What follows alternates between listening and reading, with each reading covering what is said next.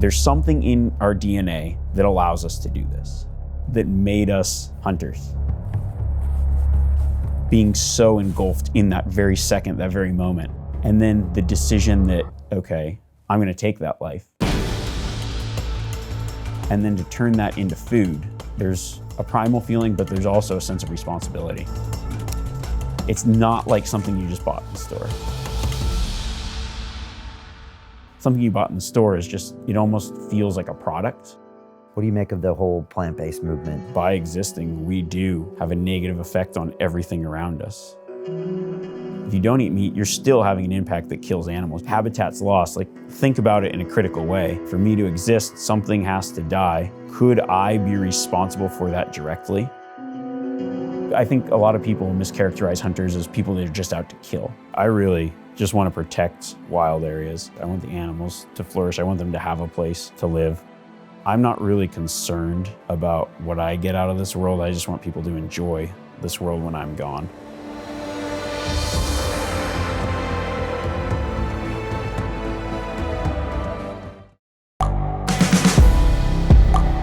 The world is changing. Inspiration is everywhere. It has never been so easy to connect, share, and bring people together. We're learning from others and finding the best in ourselves. Challenging our beliefs, sharing our vulnerability, overcoming our fears, transforming ourselves so we can transform the world. How far can we go? This is London Real. I am Brian Rose. My guest today is...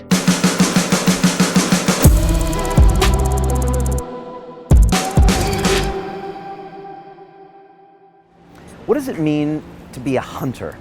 This is a question that has been on my mind for years, and a lot of people vilify hunters on Instagram and the news. People see them shooting giraffes and elephants and they think they're bad people, but I don't believe that's true. We've been hunting as a human race for thousands and thousands of years, and I really wanted to understand why. And so I was super happy to sit down with Remi Warren, who walked me through the whole process. And he said, Brian, when you actually hunt an animal, you understand the animal, you understand nature, you actually love and kind of honor the animal.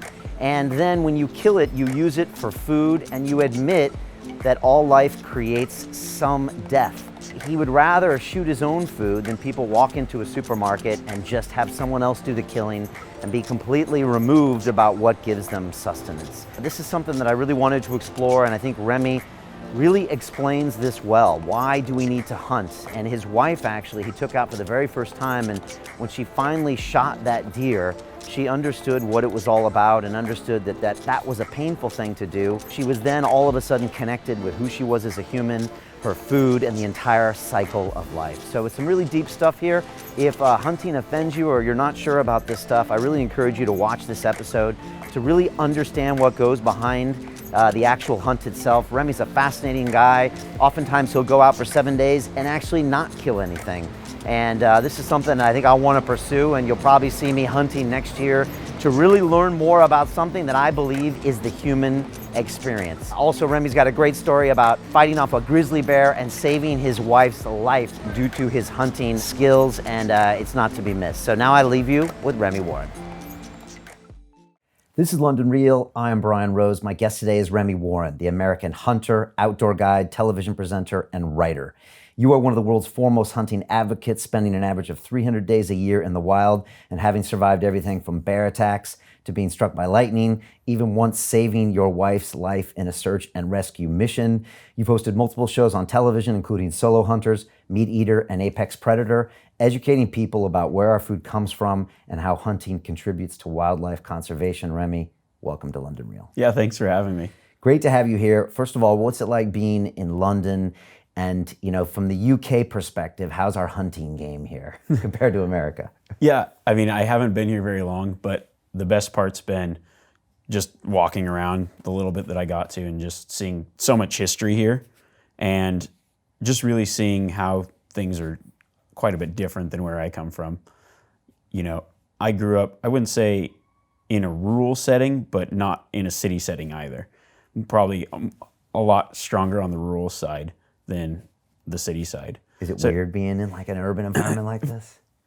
It's slightly uncomfortable just for me, as I spend most of my life out in the mountains or alone or in wild places. And so to just have people everywhere, and I feel like it's just a little bit of a stimulus overload in some ways, in a different way, because when I'm out there by myself or maybe just a few people and we're in nature, your senses are, you're taking everything in, your senses, I feel, in some ways become heightened. Okay. And then you get into a place where there's a different kind of stimulus and it just seems like too much. You feel too many things going on. It just makes you slightly nervous. Yeah, I mean, I'm guessing in the wild, you're trying to sense everything. Like you're trying to see a movement over the ridge, or you're trying to smell something or notice tracks. I mean, I'm guessing you're trying to pick up lots of little things.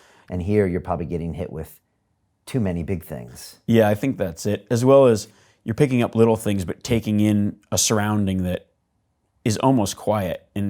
But to hear the noises, you really have to listen. Right. I think if you go hear the noises, it seems like one big noise when there's a lot of people around. It's hard to pick out the noises. Almost if you think you go somewhere where it's been loud and then you go somewhere quiet and you think there's no sound and then you really listen.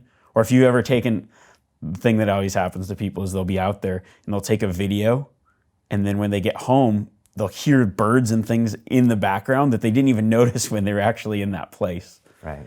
It's one of those weird, because it appears to be quiet, but there is a lot going on, but you just have to listen different. Yeah, and this country has a history with hunting, right? And so this is something we've been doing for a long time here. Not to mention the fox hunt, but also hunting game and like surviving. I think one of the main parks here in London, St. James Park, was there so the king could hunt. You know, now they don't do that anymore. Yeah, it does. And I'm not really familiar with the history of hunting in London because I haven't really hunted here or spent much time here. However, I did take a little field trip yesterday just to kind of familiarize myself a little bit more with the culture of it here. And yeah, it's been around forever here, mostly for nobility on estates. And most of the estates were set up so people could leave a city or leave where they lived and have a hunting area. A lot of the big open lands were all set aside for hunting. And many of them actually still are used in that respect for hunting for the family, whether it's the Duke or the Queen or whoever, their guests. I visited a place that was an estate owned by a Duke, and there's a full-time gamekeeper there. They have gamekeepers for birds as well as mammals like the deer, and they do the management on the land. Partially because when you look at the countryside here, a lot of it's deforested. There's very little actual forest left based on my little experience of what I saw, but just a lot of farmed for growing. But a lot of people don't realize for animals to survive, they need first a home, habitat. And so when you take that habitat away, a field is a great source of food for a certain amount of time. And then it just becomes a lot of dirt. They need that forest to survive.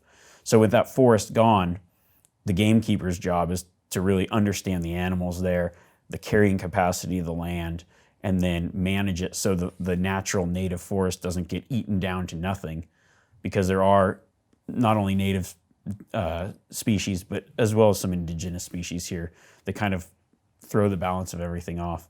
Wow. And so the gamekeeper's job is to manage that as well as facilitate the hunting on those estates, which is completely different than where I come from, where as opposed to hunting is for nobility, where in America or other places that I've traveled, hunting's for the common man. It's your access to public land as well as food and other things. So it's a very different scenario. But one thing I did learn here that was different is a lot of the meat that might be sold, venison, comes from these estates that were probably hunted. Okay. So if you go buy venison in a pub or somewhere here, a venison burger, it probably was something that was actually hunted.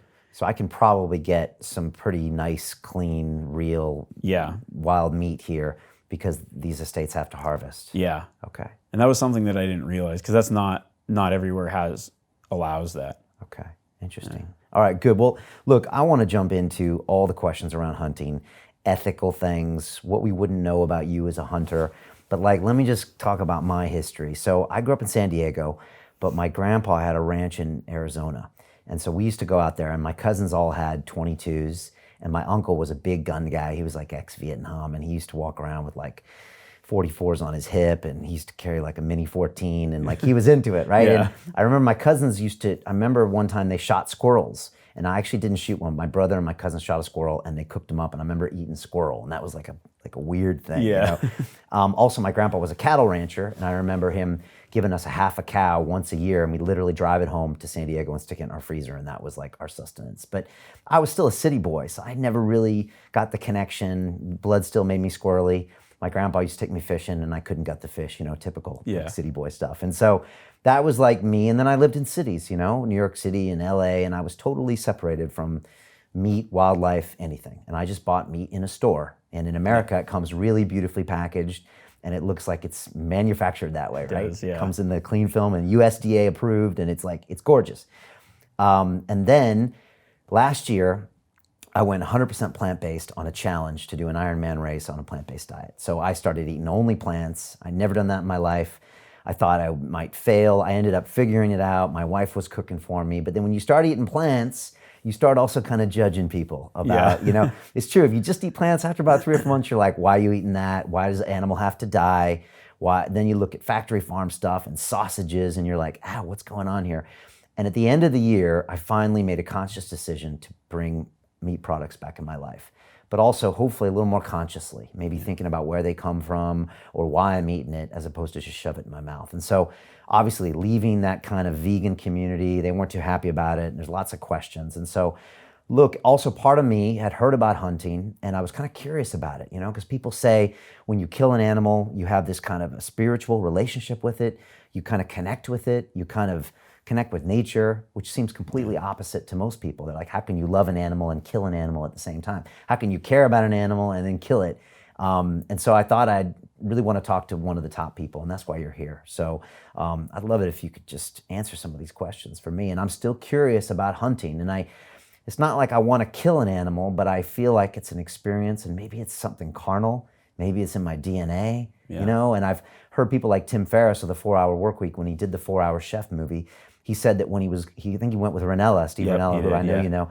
And Tim said when he was cutting the animal open, he said something, it feels like deja vu. You know, he felt like I've done this before, which is weird. Yeah. And that planted a seed in my head. And so, look, I don't have plans to hunt yet, but I think in the next year or two, I'd love to go out and do it, to experience it. But anyways, when I tell you all this stuff, what comes to your mind when you're hearing the story? Yeah, it makes me think of, well, there's a lot of things that hunters go through that isn't easily explained. As like you're saying, when it feels, we have something in our DNA. We got to this point right now. It's only been a very small portion of human history that we didn't need to hunt to survive. And there still are many cultures that are a lot closer connected to that. But there's something that we have in order to survive that made us hunters. And when you go through the process of it, you tap into something very primal. And I think that, unfortunately, with the media that's out there, a lot of hunters actually get portrayed in a light that most hunters don't identify with. I truly believe that. Because the hunters that I know and the hunters that I talk to all have a shared experience of what it is, almost tapping into this primal nature of, it's a very hard thing to describe, but I think I recently took my wife on her first hunt. It was about a year ago now, maybe a little longer. And watching her go through the experience reminded me of when I first started hunting. Now, I grew up hunting as a kid. My dad took me out. His dad hunted. But if you think about, hunting is something that gets passed down. I one day was watching weasels in my backyard. The mom was taking the weasels into a rabbit hole and bringing with babies, and then bringing the weasels were bringing baby rabbits out. so the mother weasel was passing that down to her children, the hunting, because it's something that is taught, but it's also something that's instinctual. And the first time I took my wife out, she really wasn't sure. When we'd met, she said I could never kill an animal. And I 100% respect that opinion. You know, you talked about being a vegan and eating a plant-based diet. And to be honest, even though I'm a hunter, I can respect that a lot more than somebody that isn't a hunter, that is against hunting, yet eats meat. Because to me, that's like an extreme hypocrisy. And we can get into that later as far as like the ethics and the meat and the food value of it. But Because someone else is doing the dirty someone work. else is doing the dirty work. Right. And my wife loved to eat the game meat and would go out on trips, loves hiking and other things, but she just never thought I would ever hunt, or she would ever hunt. And then one day she just thought, you know, I'm eating these animals. I would like to know what it's like to be a part of the process, just once, just to see what it was like. And she just all of a sudden decided this is something that she would like to try. She just thought, yeah, it makes no sense that I eat meat, and in which it isn't for everyone, but she decided to give it a try. And we went out there. We were hunting deer, and when she got her first deer, it was that same almost rush of adrenaline, a shaking, a nervousness, and then after the kill, a sadness. Okay. But she described it in a way of like sad for the animal in one way, and then when we started cutting it into meat, she just felt a sense of relief. But she felt like the way she described it was one of the most vivid memories and experiences, like being so engulfed in that very second, that very moment. You get very few moments like that in life. A very intimate process.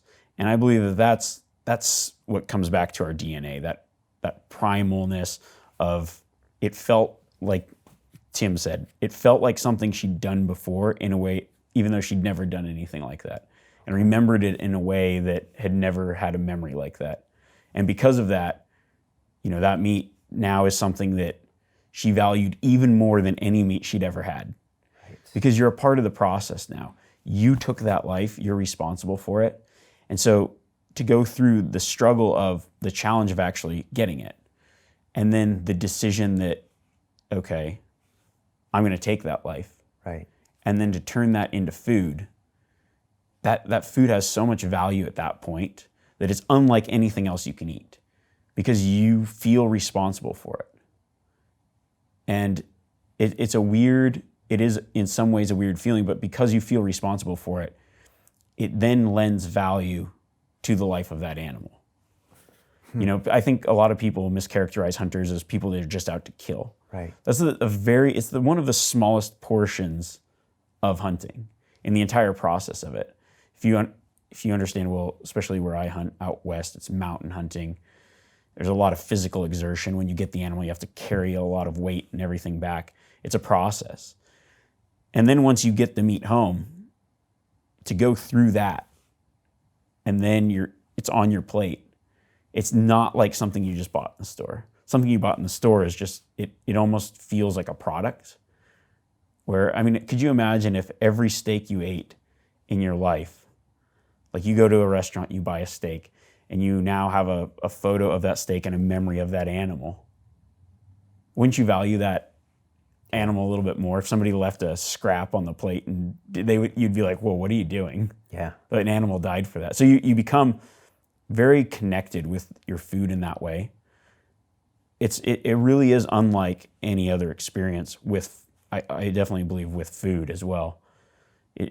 There's a primal feeling, but there's also a sense of responsibility and a sense of remembrance, and you immediately respect those animals in a way that you didn't before. And you have to eat them really to do that. Correct, yeah. Which is so kind of strange, isn't it? Like, Yeah. if you told this story to a 4-year-old, they'd be like, what? Like, but it doesn't make logical sense. Yeah. But when you explain it like that, it doesn't. And for you, it's that whole process could take like a year, right? Because Yeah. you're when maybe you're learning how to shoot a gun or a bow and arrow. I guess your wife had to learn how to shoot, maybe. Yep. And then you got to plan the trip, and then you got to go out there and hunt, which can take, I guess, days. Yeah. And then once you do it, you have to make the decision to kill, and then you have to cut it up and then haul it out, and then you freeze it, and then you cook it up and you serve it to your family and you consume it. I mean, that's Yeah. It's a long process. It's kind of the gift that keeps on giving. It is, yeah. And so it makes you kind of evolve and become connected and become more human. Yeah. Is the idea. I think so. Wow. I think, yeah, we've evolved ourselves to a place where we've made animals products in a way. And I think that hunting reminds you the opposite of that. Now, it sounds strange because you go, well, you're killing an animal. But if I identify as a hunter and there were no animals, I feel like I would cease to exist in some ways. A part of me would die. So it's in my best interest that I want to see the animals that I pursue flourish. I don't want to see low populations of them. You know, I want to hunt an animal that is in excess, not that it's in decline. And because of that, I'm highly invested in their habitats, protecting their habitats, in the animals and the species themselves. You know, in order to successfully harvest an elk, say, in the mountains of Montana, you need to know everything there is to elk. You need to physically prepare for shooting as well as physical exertion to get to where they live. You need to understand their habits, their habitat. You have to really think about elk 365 days a year in the hopes that you might get one. And you know that the odds are probably against you. For the normal person going out, it's 10%. 10% get a 10%, kill. yeah. And the rest just get The rest an don't. exerted trip out into the wild. And the people that really put the time in and understand the animals, they might get an elk nearly yearly, whereas the other people that don't think about it, don't put the time and effort in. It's a very hard task to accomplish. Okay. You know, I just had an experience. There's a guy named Terrence McKenna who's now gone, and he talks about psychedelics, and one of the things he talks about is mushrooms, and you know, kind of psychedelic mushrooms. And he says you should grow your own, because he says when you grow it, it takes you maybe 8 or 10 weeks, and you learn about what it's about, and you cultivate it, and some die and some don't. And he said only then are you ready to actually consume it. And it's just, I don't know, it kind of seems like a similar thing. Like there's a lot more going on here than just a bite. Yeah. Well, and the same with growing your own food or anything that takes time and labor. You know, you have to, you do value it in a different way than you value things that are almost not necessarily given to you, but easy to obtain. Okay. For your wife, the sadness when she has to pull the trigger, is that a natural thing? Do you still feel that anymore, or do you not? And is that all part of that process? I think sadness is almost, it's a weird word. I just don't think our language has a good word for the feeling, because it's one of the few times where you feel an emotion that is extreme excitement and a level of respect that's different than the respect you show your peers or each other. It's like almost, I wouldn't say it's not necessarily remorse, but like a different level of respect. Like it was a very serious act. So whatever happened was very serious, yet the primal like rush of adrenaline and the primal, I guess, feeling of the hunt combined with those two things at the exact same time, both happy and sad. And it's a very strange, you think, it's just a very serious moment. And I think, I've been hunting my entire life. And for me, the emotion is still there, but it's changed. It becomes, you almost understand it better. It becomes like a friend as opposed to an enemy. Now, or not an enemy, but it's a flood of emotions. I would not be surprised if the first time you shoot a deer, you cry. And like it's a very, you would be prepared for that. You almost think, okay, what are the emotions that I'm going to feel? It's emotions that you really probably have never felt in your life. It's a strange feeling, but it's also that, I think that primal feeling allows you to kind of go past it. When it becomes food, you realize it feels natural in a strange way. It feels like there's something in our DNA that allows us to do this. Because we used to have to do that to survive. Correct. And it's also nature. It is. I mean, this happens in nature all the time. If it's not us, I guess it's wolves and things eating bugs and other things. I mean, it's just a cycle, but nature doesn't have funerals, right? Right. It's just the humans that project our emotions. I mean, Correct. Is even the word death and kill sometimes the wrong word? I know people like Ted Nugent says he harvests the animals. How do you feel about those Yeah, words? I mean, in one sense, I use the word you think like you harvest vegetables. Yes, maybe it takes away from it a little bit, but yes, it does. It is in a sense a harvest. Is that a better way of thinking of it as opposed to a death? Because then we kind of project humanity onto Right, these animals, yeah. which is that the wrong thing to do, or is I don't know. the right thing? You know, I think about it all the time. I had one experience where I was out in the mountains and I saw a old bear, and the bear was blind. And I'm watching this bear, and winter's coming, and it's skinny, and it's walking, and it bumps into a tree, and then turns around and just starts walking another direction.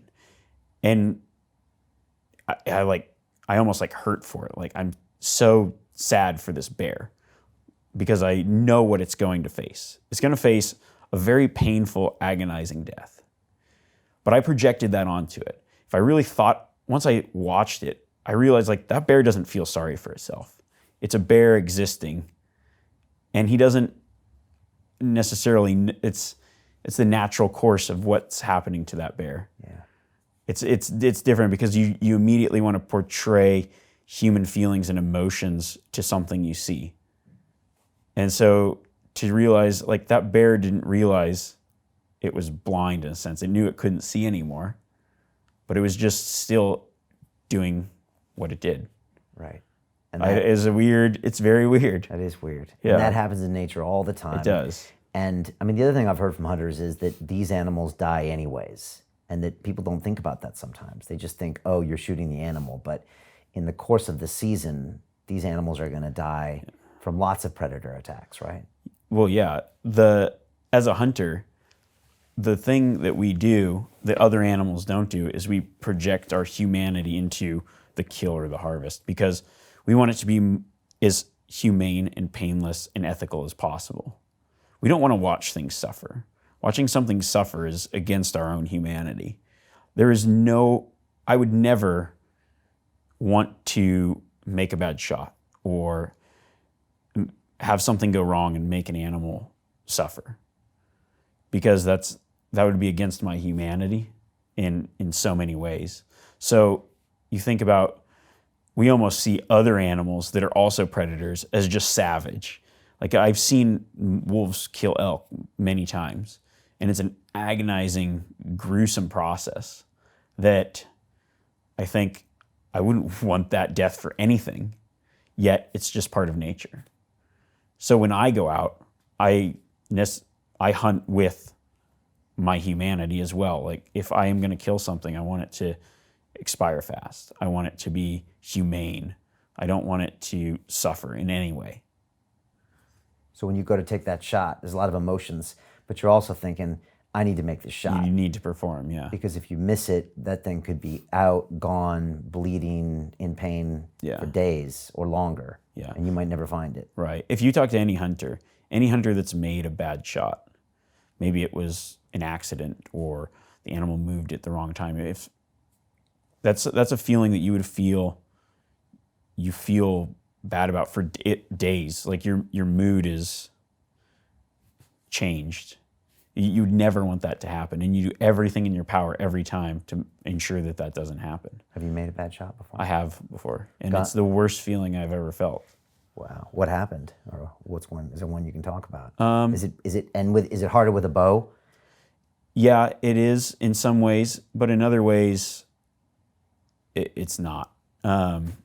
It does happen, but not. I mean, it probably happens more in a slaughterhouse than it does for hunters in the field, to be honest. I don't know exact statistics on it, but you can imagine. I mean, I've seen and heard some stories of things that go wrong. Sometimes things go wrong. I've never really had an experience that has been where I didn't find the animal or was not able to really recover it right away. But I have made a shot that I thought, okay, I need a follow-up shot. And you just, those feelings of, okay, if I hit something poorly, that's a terrible feeling. You do everything in your power to not make that mistake.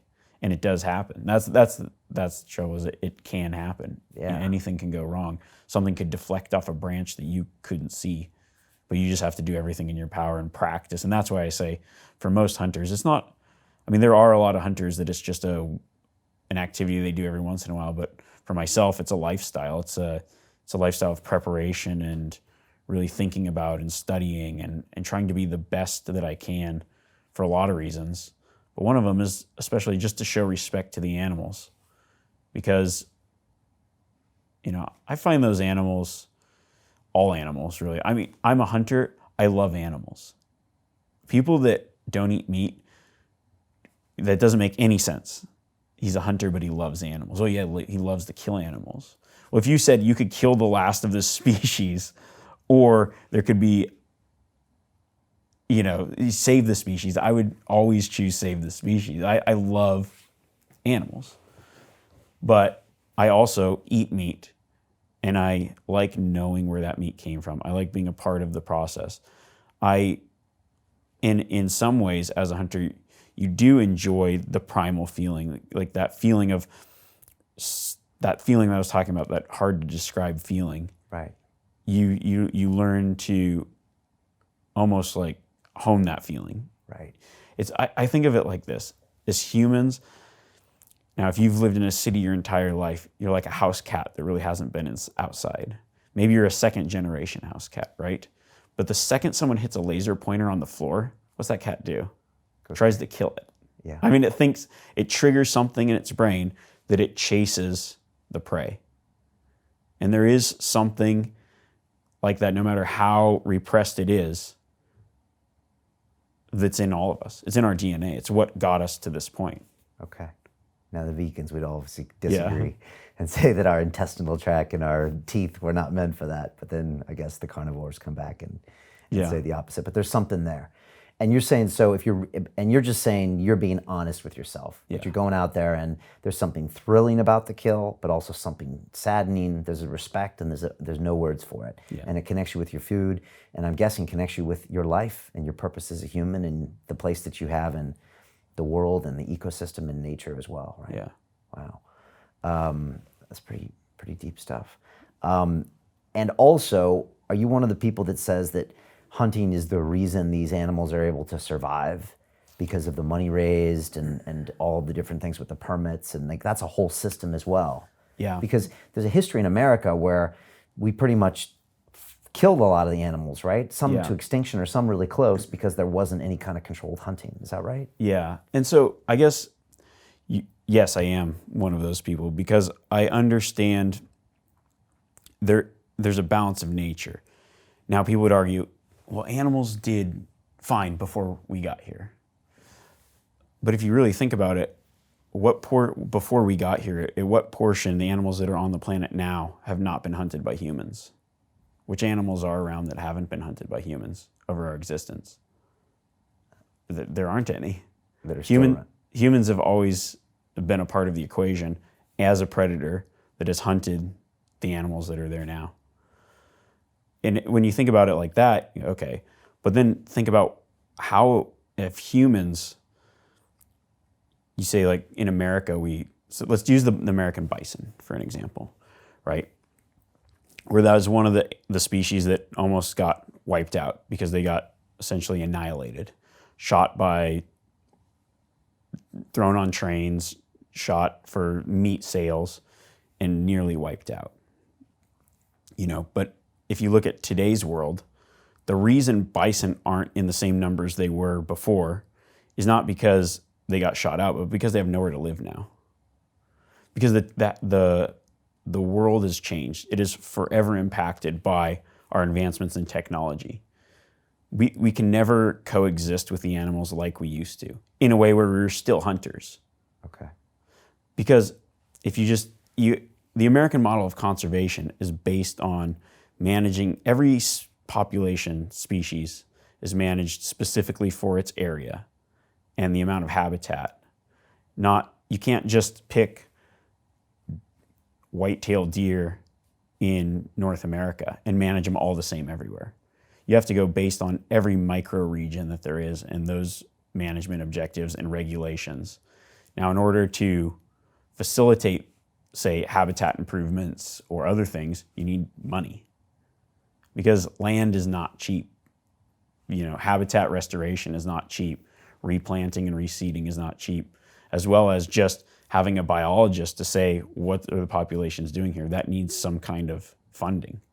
And that's where hunters come in to provide the funding, essentially, for that management plan. Okay. And is the model in America working well? It is, yeah. There's some species. Now, the funny thing is, you go, well, the bison were hunted out. Well, they weren't hunted out. They were shot out by people selling it for meat. So mass killings. Mass killings. But hunters were the ones that created the regulations to stop it, to revive the species. They were the ones, like the Sheldon Antelope Refuge was created by an organization in North America that was to save the antelope. It was a group of hunters that said, we enjoy hunting and this is getting out of hand. We need to regulate. And then hunters need to regulate themselves, and we're going to base it off of conservation, and we're going to set up this sanctuary, and then we're going to repopulate and rebuild. And there's a lot of species that are at their highest levels they've ever been. But you look at the American bison, it could never go back to those levels because it doesn't have the plains anymore. It was the loss of habitat. In many instances, the loss of habitat causes more extinction than hunting ever could. Because of farming, basically. Farming, anything else. And urbanized. Farming, you look at urbanization, but think about invasive plant species. How many plants here were never here when the supposed balance of the ecosystem was? Roads. You put in a logging road and deforest an area. You've taken away habitat, so that concentrates animals on certain food sources and causes impacts on native plant species. And then you've got invasive species that can outgrow or really outlive native plant species. So they flourish. Well, then the native species might not have the same opportunity for food and other things. And then at the same time, maybe predators can use those roads to their advantage. They can travel more to scent their game as opposed to having to exert as much more energy. And their prey species might be concentrated on smaller food sources. So it's easier for them to kill. And so we've completely jacked the entire ecosystem. The entire world's ecosystem has been messed up by us. So we should not ever think about going back there because we can't. We can't. We should just deal with the current reality and do it in the best way we can. I mean, at what part, how could you go back? And when you go back, you would have to also insert human hunters into the equation. So how is that go? What are you going back to? That's what I've never understood. And because we've always been hunting. Yeah. All over the world. I mean, what place can we think of? Nobody's really been able to tell me that. A place that doesn't have a history of hunting. Yeah. Yeah, I can't name one. And so right now in America, you'll pay for a tag, which is like hundreds of dollars to have the right to shoot a deer or an elk or an animal. And that's kind of what funds the protection of the habitat or the understanding. That's how it works in America. Yeah, correct. Okay. And other places in the world? Yeah, it just depends. Everywhere is so different. Okay. That's what I'm saying is you can't, if you asked me about a place, I can maybe give you a generalization of how, say, a region manages. But you look at, say, Australia, well, a lot of the animals that are there, the large mammals, are non-native. So the government does a majority of the culling, and those animals get shot and left on the ground. Whereas a hunter could take an animal and then turn it into food. They have to manage populations completely different. And left unchecked, what would happen? Maybe species would probably go extinct as far as grass species, insect species that use that grass. By introducing animals, we've really messed everything up because there isn't a real balance anymore. Okay. Let me ask you a couple questions that I'm sure are on people's minds. Trophy hunters. Yeah. There's this, I think this American woman that's been famous on Instagram for shooting the giraffe and saying how tasty it was. What's your read on something like that? Two things. First, I feel like there's like people in every aspect of everything that are, you would consider almost on the fringe, that you don't associate with, right? And then they become the poster child for something and they don't know how to explain it in a good way, or they portray it in a bad light, and then everybody gets cast as that. I mean, to say, and I don't necessarily know, I'm not really sure what exactly you're talking about, but we'll just call it like a generalization of something is, I don't even know, some kind of photo that goes around. Yeah, or trophy hunters in Africa Right, so, bringing home these exotic animals. And yeah, and I think what happens is somebody could see a photo and they're going to infer whatever they want about that photo, but that photo doesn't tell the story. And that's the thing, is in our world today, people have access to all kinds of photos that become public. And some of those photos might not portray hunters how hunters see hunters.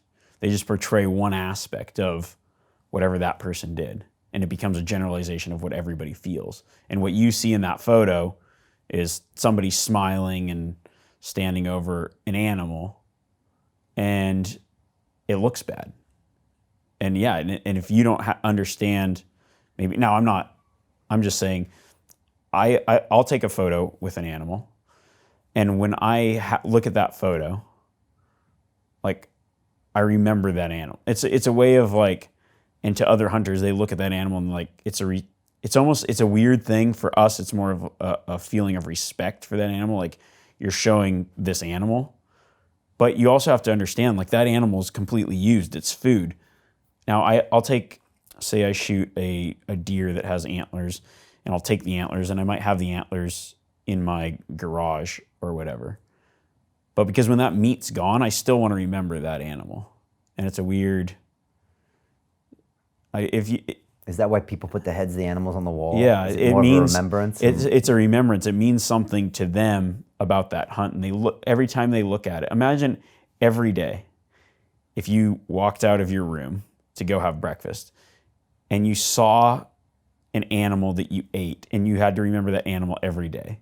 Maybe you would stop eating, or maybe you wouldn't decide to eat meat, or maybe you just like look at that animal, and it brings back a memory of an experience that you had in the life of that animal. Okay. So we're making assumptions when we judge hunters on those pictures. But I also think that there are people out there that do stupid stuff, and they take really bad pictures that are not respectful to the animal. And my thing about that would be, I think that that's bad for hunting as a whole. And I honestly encourage other hunters to, like, self-police, because hunting organizations originally, like in America, are conservation organizations, and they have this code of ethics. Hunters, for me to hunt, the first thing I'm taught is essentially a hunter's code of ethics, and that code of ethics is to always show respect to the animal, for a lot of reasons. One, because if you don't show respect to the animal, the other hunters believe you shouldn't even be out there doing it. There's something wrong with you. Like, it should be about respect toward the animal. But it's also, you need to be self-policing as two other hunters that I would be talking to. We've always been self-policing. We create the regulations a lot of times, and the rules and the code of ethics. It's a thing for hunters. If you're driving down the road and a deer's caught in a fence and you're deer hunting, what do you think most hunters would do? Kill it? Help it out? You would let it go. Let it go. Because it's not fair chase. Because that animal had it couldn't get away from you. It couldn't use its nose and its senses to escape. So you would let it out. Okay. So this is interesting because the hunt itself is a test between a human and a deer, or in this case, or an elk. Even though you have a high-powered rifle, what do you say to people that is not fair? Yeah, but you have a high-powered rifle, but you also want to make a clean, ethical kill. You need some means of, that goes into our humanity.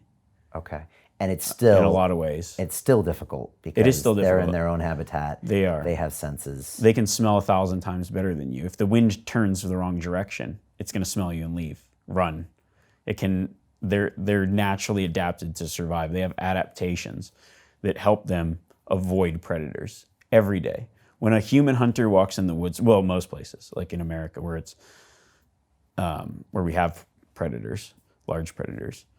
When a human walks into the woods as a hunter, he's one of many hunters. Those animals are hunted daily in most areas by mountain lions, bears, coyotes, whatever, other predators.